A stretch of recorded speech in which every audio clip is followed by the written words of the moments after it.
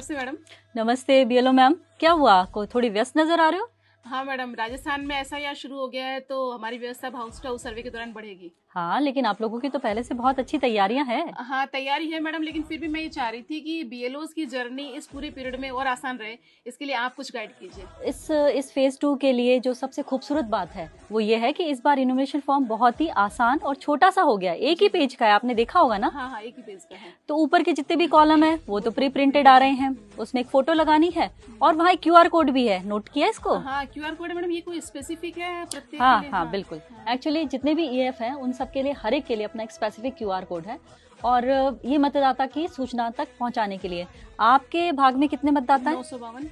Okay, अगर मुझे 837वें number के किसी मतदाता की सूचना कहीं देखनी हो फिर तो बहुत कितना स्क्रॉल करना जी, पड़ता जी, है। हाँ। लेकिन इस बार इस फीचर की वजह से बीएलओ ऐप से अगर आप इसे स्कैन करते हैं तो आप सीधे उस मतदाता की सूचना तक पहुंच जाएंगे। और ऊपर का जो इसका पार्ट है इन्यूमरेशन फॉर्म का, वो तो सिंपल है, निर्वाचक को हाँ, निर्वाचक को अपनी डेट ऑफ बर्थ भरनी है, माता पिता एपिक नंबर अगर अवेलेबल हो तो वो सारी चीजें भरनी है। तो यहाँ तक तो कोई बात है ही नहीं। हाँ बिल्कुल मैडम, ये तो आसान है। फिर इसमें इन्यूमरेशन फॉर्म में नीचे का पार्ट है, उसमें 2 कॉलम है और मैपिंग से संबंधित है, तो थोड़ा सा इसको हम लोग कैसे और अच्छा मतलब कर सकते हैं, शो करना है। बीएलओ जो है वो हमारे फुट सोल्जर्स हैं और आप लोगों की वजह से ही निर्वाचन विभाग अब तक 70% से ज्यादा मतदाताओं की मैपिंग कर चुका है और अब हाउस टू हाउस के दौरान हम ये आशा रखते हैं कि ये बढ़ जाएगी।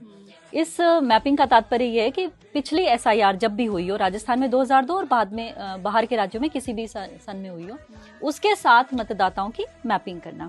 तो जो बायां भाग है उस बाएं भाग के अंदर उन मतदाताओं की सूचना भरी जाएगी जिनका नाम पिछली एसआईआर की सूची में था।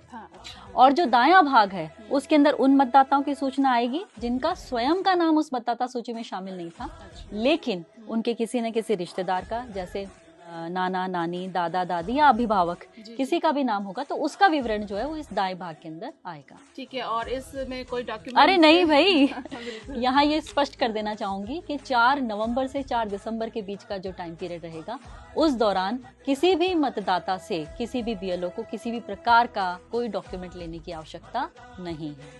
ये बहुत अच्छी बात है मैडम हमारे लिए कि मतलब हमें डॉक्यूमेंट लेने भी नहीं है और मतदाता को डॉक्यूमेंट देने भी नहीं है। बिल्कुल, लेकिन एक छोटी सी बात मैं यहाँ कहना चाहूंगी कि बीएलओ के लिए एक एडवाइजरी जारी है, आप उसे जरूर देखें। आई कार्ड पहन के जाएं जब भी फील्ड में जाएं।